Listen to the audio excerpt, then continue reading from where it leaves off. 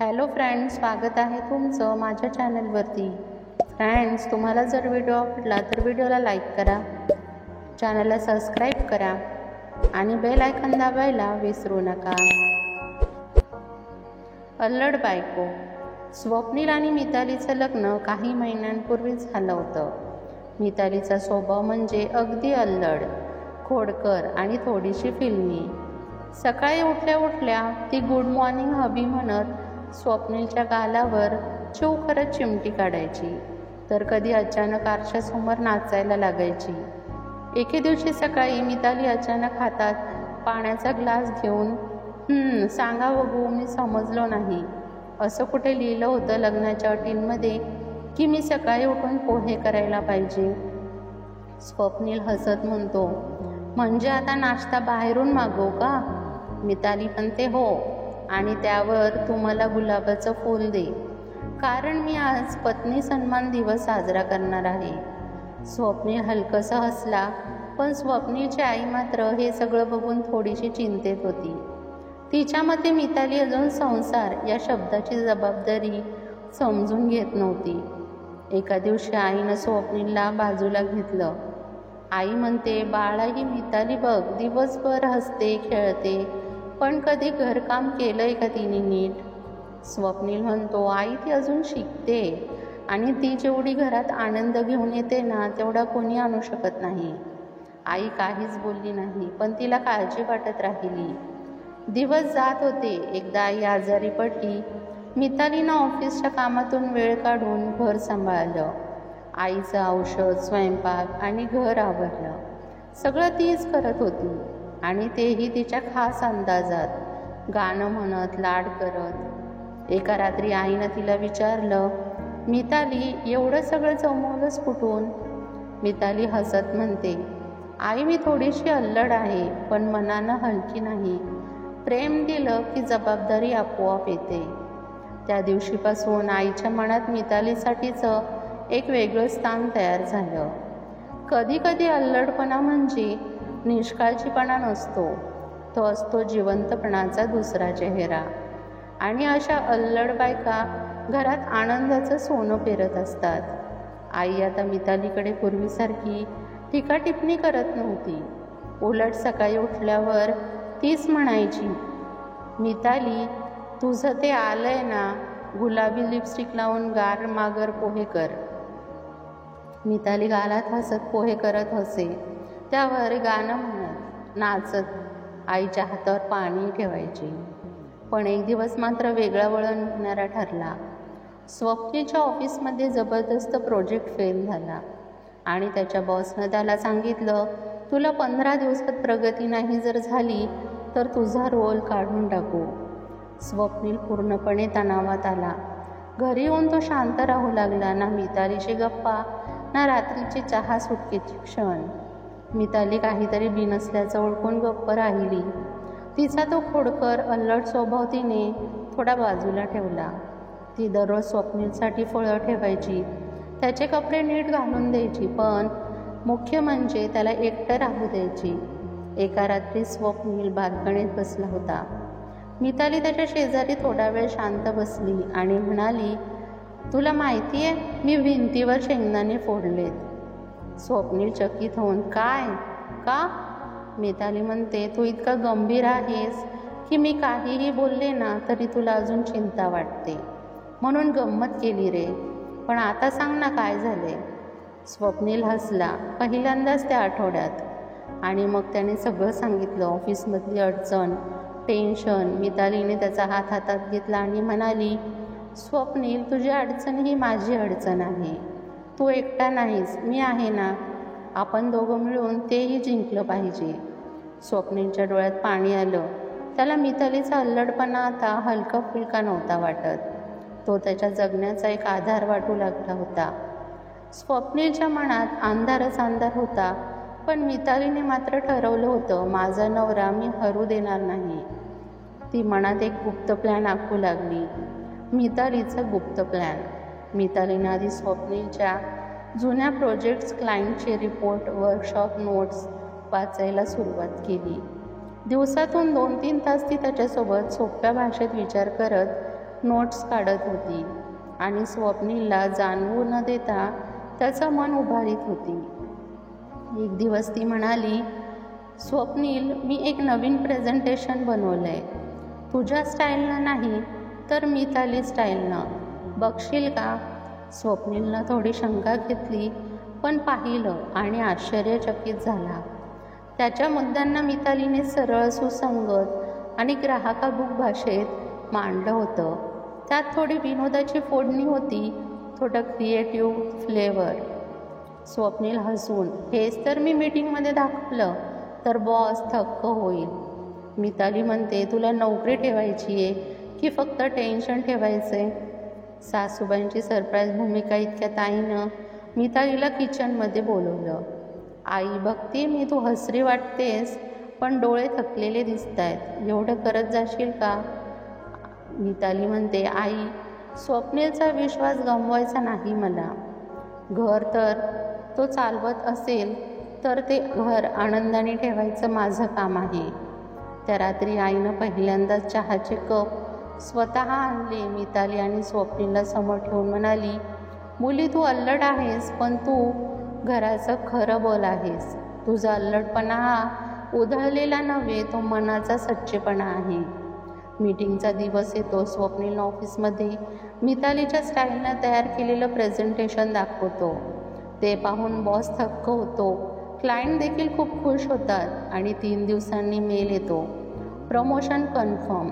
स्वप्नीलनं ते वाचून डोळे मिटले आणि पहाटे 3 वाजता मितालीला उठून म्हणाला. स्वप्नील म्हणतो, तू माझी बायको नाहीस, तू माझं लकी चार्म आहेस. मिताली डोळे मिटून, सांगितलं होतं ना, अल्लड बायका कधी कधी आकाश गाठतात. कधी कधी हसवणारी व्यक्तीच आयुष्य बदलण्याची ताकद ठेवते आणि अल्लडपणामध्ये लपलेली असते एक असल समजूत. स्वप्नीलचं प्रमोशन झाल्यानंतर घरात चैतन्याची लाट पसरली होती. मिताली अजूनच ऊर्जावान झाली होती. ती आता केवळ अल्लड बायको नव्हती, तर स्वप्नीलच्या आयुष्याची स्ट्रॉंग पार्टनर झाली होती. एक दिवस ती संध्याकाळी उठल्यावर खूपच थकलेली वाटत होती. आईनं तिला विचारलं, काय गं मिताली, चेहरा कसा फिकट फिकट दिसतोय? काही झालंय का? मिताली म्हणते, नाही हो आई, फक्त थोडं थकल्यासारखं वाटतंय.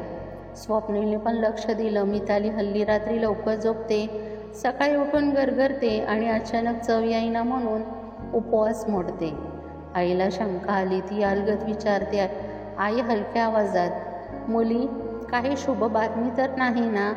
मिताली गालात लागली, हसायला काहीच न बोलता आत पळून गेली. शुभ बातमी 2 दिवसांनी. मितालीनं स्वप्नीलला संध्याकाळी कामावरून घरी बोलवलं. टेबलवर फुलांचा हार होता आणि एका छोट्याशा बॉक्समध्ये टेस्ट रिपोर्ट होते. स्वप्नीलनं तो उघडला तर पॉझिटिव्ह रिपोर्ट्स.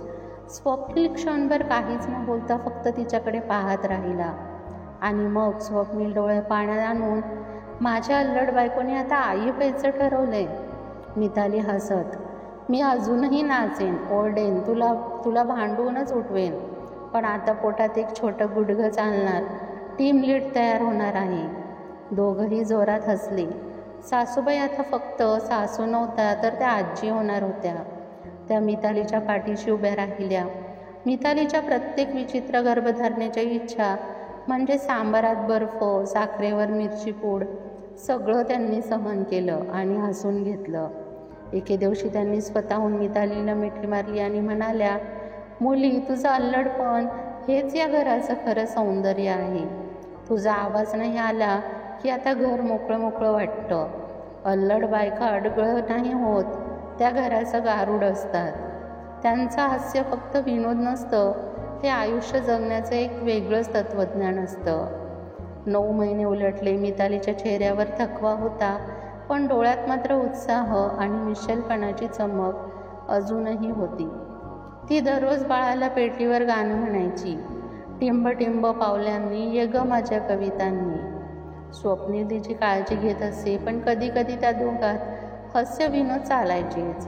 स्वप्नील म्हणतो, तुला एवढं बोलायचंय, बाळाच्या कानात अर्ध जगच गुपित गेलंय आता. मिताली म्हणते, बाळ झालं की पहिलं वाक्य बोलेल, पप्पा चूप बसा. आणि दोघं खळखळून हसायचे.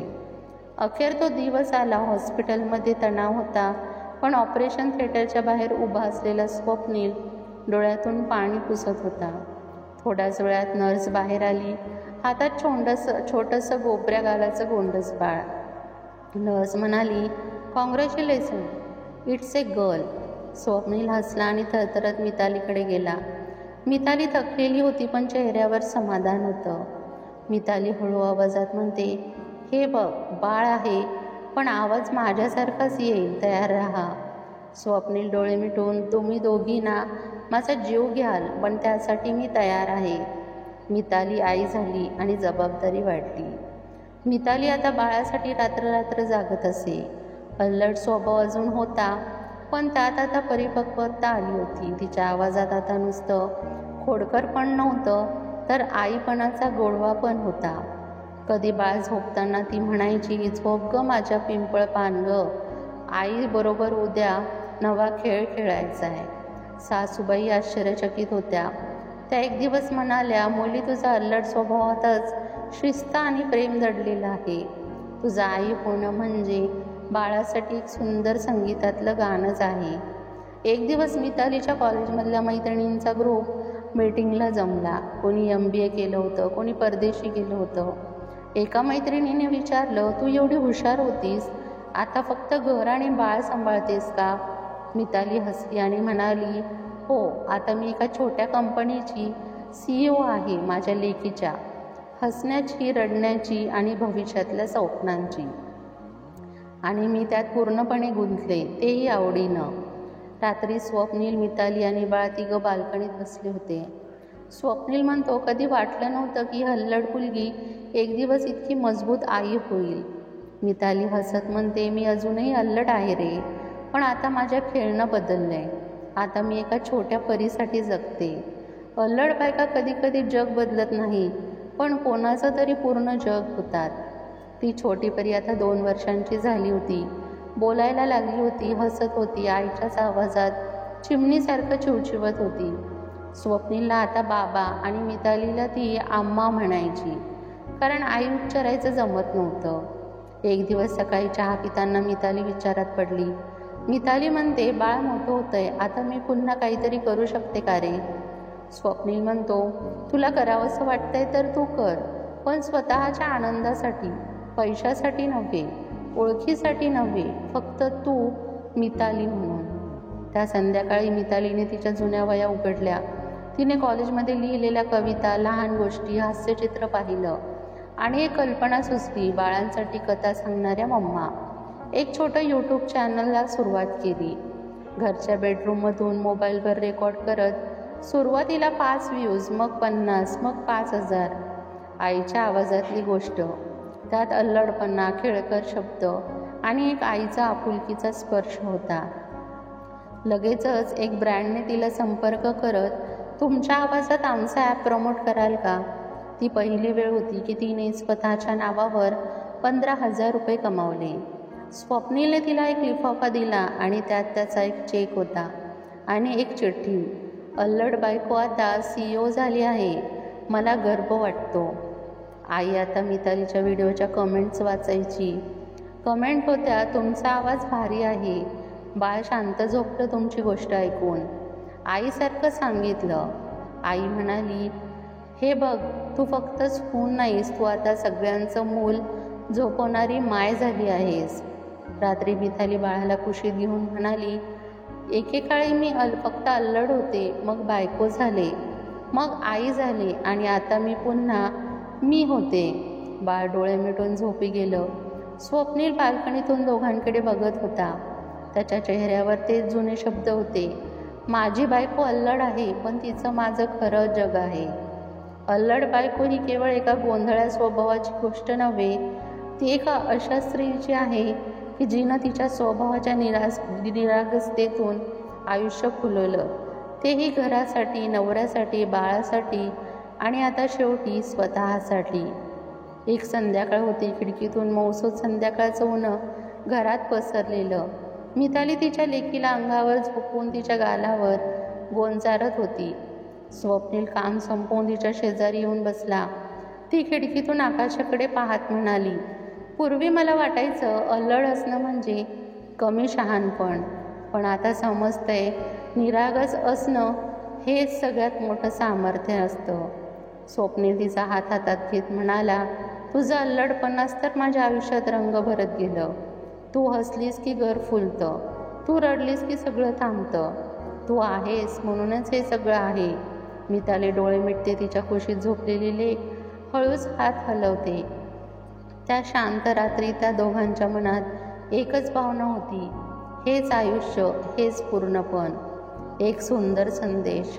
एक अल्लड बायका कधी कधी चुकीच्या वाटतात, पण त्यांचं हसणं हे घराचं जगणं असतं. त्या चुका करतात, पण त्या चुकांतून माणसांना जोडतात. त्या वेडसर वाटतात, पण त्या वेडापोटी जगाला प्रेम देतात. अशा बायकांनी आयुष्यभर मुलगीच राहावं, कारण अशीच मुलगी सगळ्यांना मातेच्या मायेने कवेत घेते.